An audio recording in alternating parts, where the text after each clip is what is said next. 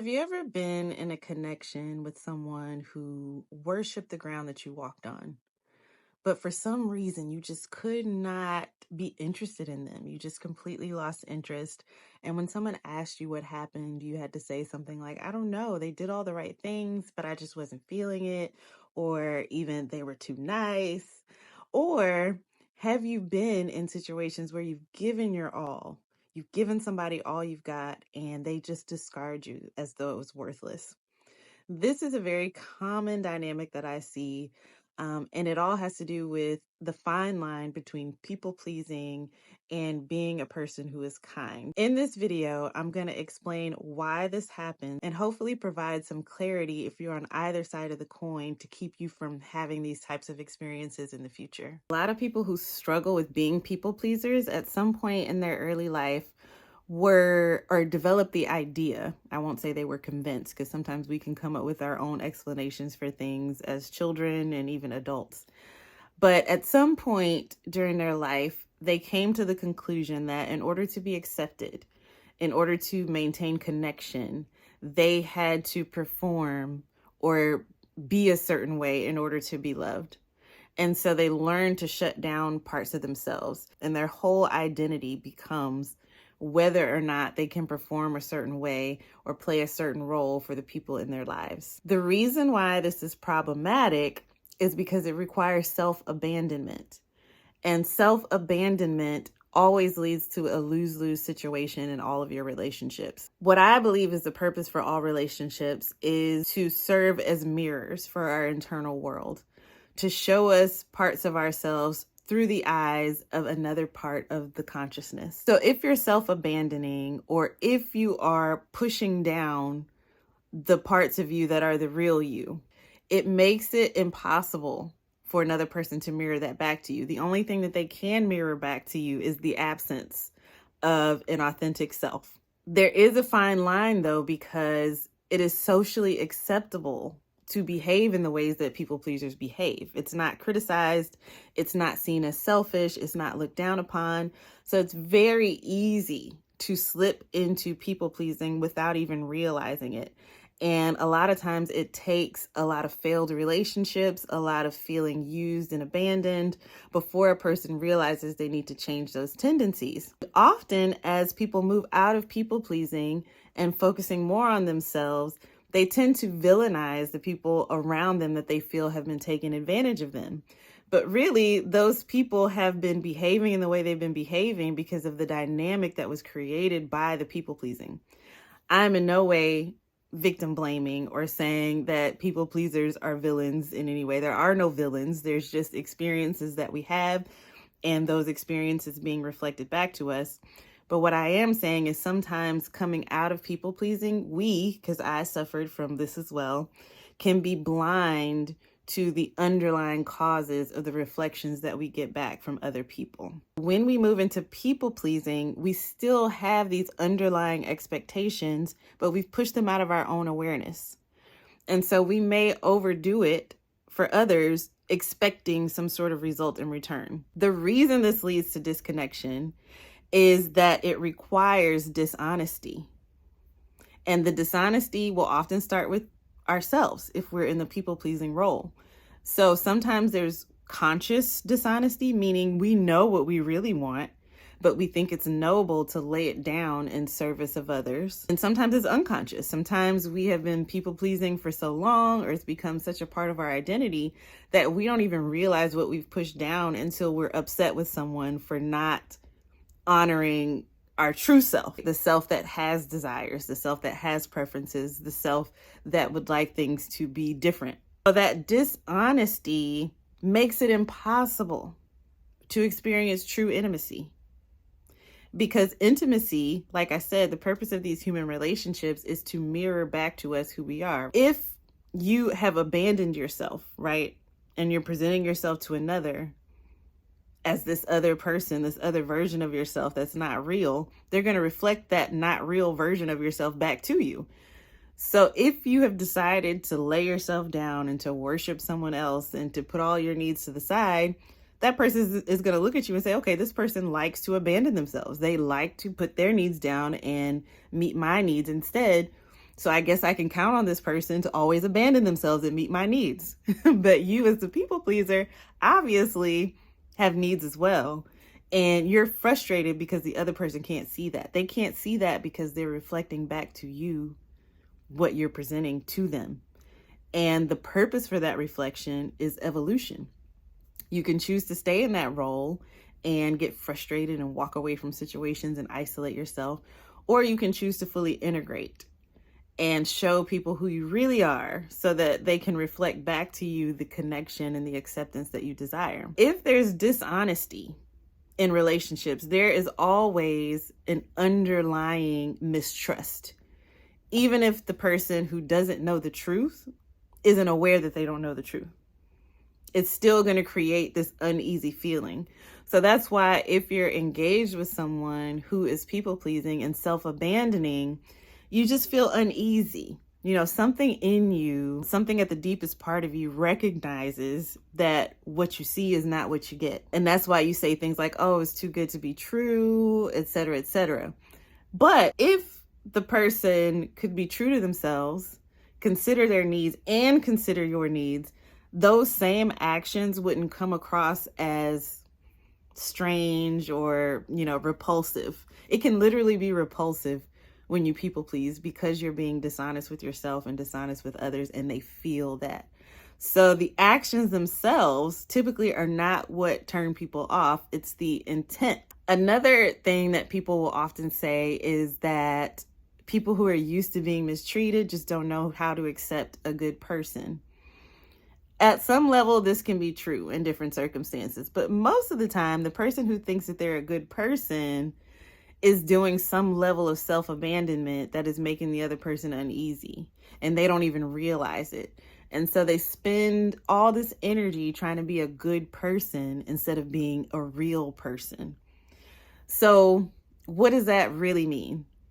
If you are at your deepest self, at your authentic self, experiencing anger, right? And you've been told that anger is wrong. This is really common in men. When you experience that anger, because it's been labeled as wrong and you've seen negative consequences, you may push it down and instead express patience, right? On a surface level, that seems appropriate. But what really needs to happen is that anger that's coming up needs to be addressed. None of our emotions, none of our beliefs should be disrespected or tossed to the side because they're socially unacceptable. They should be addressed and maybe adjusted, but never suppressed. So if you are experiencing anger, dig deeper. Maybe at the root of that is sadness, feelings of betrayal, whatever it is, really address it. And that doesn't necessarily mean that you have to address it with the other, but address it within yourself so that it's no longer bubbling underneath the surface of whatever it is that you're doing for someone else. The way that I do this in my relationships that are truly authentic, where I truly feel safe, I am able to express conflicting emotions. So there could be someone that I really, really care about, but our needs don't match in a certain area. And for that reason, I may feel either deprived or overwhelmed by the connection at certain points. And so in my relationships now, I can say I feel overwhelmed by this, and this is my preference. I also understand that you have a preference. Let's talk about how we can meet each other's needs in a way that is satisfying for both of us. And a lot of times there is fear around that because those emotions that we feel have been suppressed for so long. We've believed that they're not acceptable for so long that we have this overwhelming fear about letting them come to the surface and be processed. And then even more fear around being transparent with those that we're close to. But this is really the real way to overcome people pleasing. What I see in a lot of people is that they will just say, I need to start taking care of myself. So they're the ones that have abandoned themselves, right? They're the ones that have pushed down their emotions. They're the ones that have been performing for love, but they externalize all of that pushing down that they did to themselves onto others. And so they accuse the other people in their lives of pushing them down without ever expressing their real feelings or even identifying their real feelings. And so as they overcome people pleasing, everyone in their life that they've been devoting time and energy to becomes a villain because they still haven't looked within. Am I saying that you should not expect appreciation and reciprocation in your relationships? Yes, I am. You should not expect appreciation and reciprocation. You can prefer appreciation and reciprocation. And just like the difference between kindness and people pleasing has a fine line, so does expectation versus preference. So what that looks like in action is you enter into a relationship knowing that you have a preference for appreciation and reciprocation. If you enter into that relationship and you don't receive the things that you prefer, you can respectfully walk away, understanding that no one owes you anything. And if a person prefers behaving a certain way, you respect them enough to allow them to do that, but you also respect yourself enough to move towards situations that you prefer. Flip side of that, if you are expecting appreciation and reciprocation, it's almost like you are not giving those things to yourself. Therefore, you demand them from others. And if you don't receive them, you feel like the other person is deficient in some way or that they owe you these things, and you try to control their behavior. The number one sign that we are not fully integrated or we're not operating in full authenticity is when we try to control the behavior of others. We are upset that someone is not behaving a certain way because we think that they should be or that they owe us that. It's a sign that we're operating out of suppressed emotion or emotions that haven't been properly addressed within ourselves. No, you should not expect appreciation, reciprocation, or anything else, but you can prefer it. And you can respect people enough to allow them to make their own choices about how they interact with you. You can go to people and say, hey, I have this preference. And they can come to you and say, well, I'm able to meet you there, or I'm not able to meet you there. That's where relationships are healthy. Healthy relationships don't necessarily mean two people are perfect or that they do everything in a perfect way, because there's no such thing. There's only interacting with people on an intimate level and determining whether or not you can do that in a way that fosters evolution or not. The reason why people don't respect people pleasers is because they don't respect themselves. When we're on the receiving end of people pleasing, sometimes we'll have ideas about what it means to be a good person too, and we think that we owe somebody something for self-abandoning, for giving up themselves for us, but we really don't. We really don't. And it can be very difficult in those situations because if you're on the receiving end of people pleasing, you can feel a sense of guilt or obligation, which is something else to work through. It also is hard to respect a people pleaser because they are showing you that they have a preference for self-abandonment and sometimes self-abuse. So let's say someone is just dead set on punching themselves in the face over and over and over again. You look at them and you say, oh my, I wish they wouldn't punch themselves in the face. Let me intervene, right? So you go up to them and you pull their hand back and you say, hey, don't punch yourself in the face.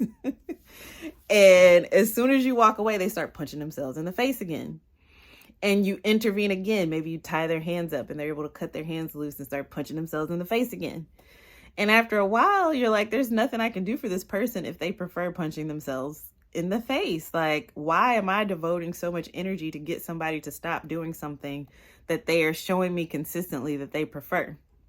It's similar with people pleasing. When you people please, you're giving off an energy of preferring self-abandonment, preferring putting others' needs above your own instead of on the same level with your own. And no matter how much a person wants to treat you as a whole person, the energy you give off is that you prefer self-abandonment. So no matter how many times they intervene, until you decide to integrate with yourself, until you decide that your feelings matter, your experiences matter, and that your needs are equally as important to those around you, there's not much anybody can do for you And it's a pretty uncomfortable situation that you put other people in, unless they are also self-abandoners like narcissists or just generally truly selfish people. And in order to operate that way, like I said, you've also got to be someone who's self-abandoned, someone who's created a false identity. People pleasing makes you ripe for connecting with other people who have self-abandoned in other ways. It makes you ripe for connecting with very unhealthy people, and it makes you ripe for feeling disconnected, which is ironic because the whole reason why we people please is because we think it will bring us connection, but it does the opposite. It forces us to hide ourselves and makes it impossible for us to experience real connection. The way to break out of people pleasing is just to acknowledge yourself, is to get real about your true desires, your true emotions, and allow space for those. And if you're on the receiving end of people pleasing, if you're bold enough, you can confront people when you get the feeling that there's some inauthenticity. If there's someone you really care about, or if they're a family member or somebody that you have to stay in relationship with, you can just gently nudge them to show you parts of themselves. You can create a safe space for people to be able to do that. But in the long term, it's very difficult to create real intimacy unless people choose to acknowledge themselves in that way.